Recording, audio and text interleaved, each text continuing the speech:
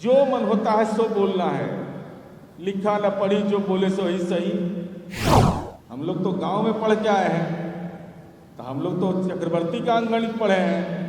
आप तो बड़े बाप के बेटा है, हो सकता है डीपीएस इस टाइप के स्कूल में पढ़े हो, तो आपको नहीं पता चलता हो कि 30.54 ज़्यादा है कि 30.25% ज़्यादा है। आपको तो याद रहता नहीं। बाबा रामदेव का मेधावटी तो खाते नहीं है कभी, खाली उनका इस्तेमाल करते हैं। मेधावटी खाते तो याद रहता। भारतीय जनता पार्टी के नेताओं के सुर अलग अलग हैं।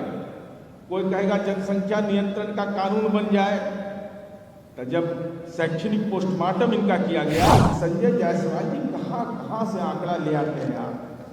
क्या कह दिया आपने कि दुनिया में सबसे ज्यादा लोग, और कहा कि इथियोपिया और पाकिस्तान के कबीलाई क्षेत्र। आपको बिहार का जानकारी तो रहता नहीं है।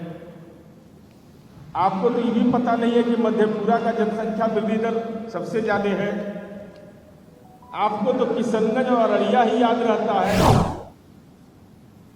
जो मन होता है सो बोलना है, लिखा न पढ़ी जो बोले सो ही सही।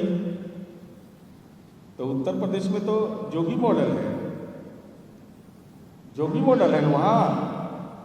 वहां श्रावस्ती जिला है, उसका जनसंख्या वृद्धि दर है 30.54%। किशनगंज का 30.25%, अररिया का 30.40%, और उत्तर प्रदेश के श्रावस्ती जिले का जनसंख्या वृद्धि दर है 30.54%। तो चक्रवर्ती का अंकगणित पढ़े हैं कि नहीं संजय जायसवाल जी? 30.25, 30.40 और 30.54 में कौन ज्यादा होता है? हम लोग तो गांव में पढ़ के आए हैं, तो हम लोग तो चक्रवर्ती का अंकगणित पढ़े हैं। आप तो बड़े बाप के बेटा है, हो सकता है डीपीएस इस टाइप के स्कूल में पढ़े हो, तो आपको नहीं पता चलता हो कि 30.54 ज़्यादा है कि 30.25% ज़्यादा है। ये सब 2011 का सेंसस है माननीय संजय जायसवाल जी। 2011 की जो रिपोर्ट है उसके आधार पर मैं अपनी बात को कह रहा हूं। 14 जून 2022 को हमने जनसंख्या नियंत्रण के सवाल पर विस्तार से प्रेस कॉन्फ्रेंस किया था, और हमने बताया था कि देश के दुनिया के अंदर कौन सा मॉडल सबसे बेहतर माना जाता है, और बिहार में माननीय मुख्यमंत्री जी की उपलब्धि आपको बताया था। क्योंकि आपको तो याद रहता नहीं। बाबा रामदेव का मेधावटी तो खाते नहीं है कभी, खाली उनका इस्तेमाल करते हैं। मेधावटी खाते तो याद रहता आपको, हालांकि कुछ याद था आपको। भारतीय जनता पार्टी के नेताओं के सुर अलग अलग हैं। कोई कहेगा जनसंख्या नियंत्रण का कानून बन जाए, तो जब शैक्षणिक पोस्टमार्टम इनका किया गया, तो माननीय संजय जायसवाल जी ने कहा कि कानून बनाने की बात तो हम नहीं कर रहे हैं। तो हम आपको यह बताना चाहते हैं कि संजय जायसवाल जी कहाँ से आंकड़ा ले आते हैं आप?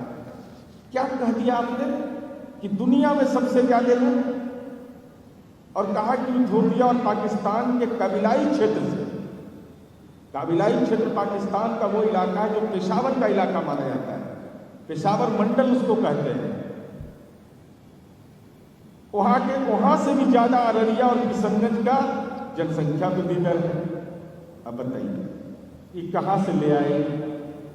आपको बिहार का जानकारी तो रहता नहीं है। आपको तो ये भी पता नहीं है कि मधेपुरा का जनसंख्या वृद्धि दर सबसे ज्यादा है। आपको तो किशनगंज और अररिया ही याद रहता है। इनको का तो पाकिस्तान का पेशावर नजर आ गया। बताइए इथियोपिया कहां से इनको मिल गया? लेना न देना चूसे वाला हाल है माननीय संजय जायसवाल जी। कम से कम कृपा कर करके ज्ञान का आतंक नहीं फैलाना चाहिए।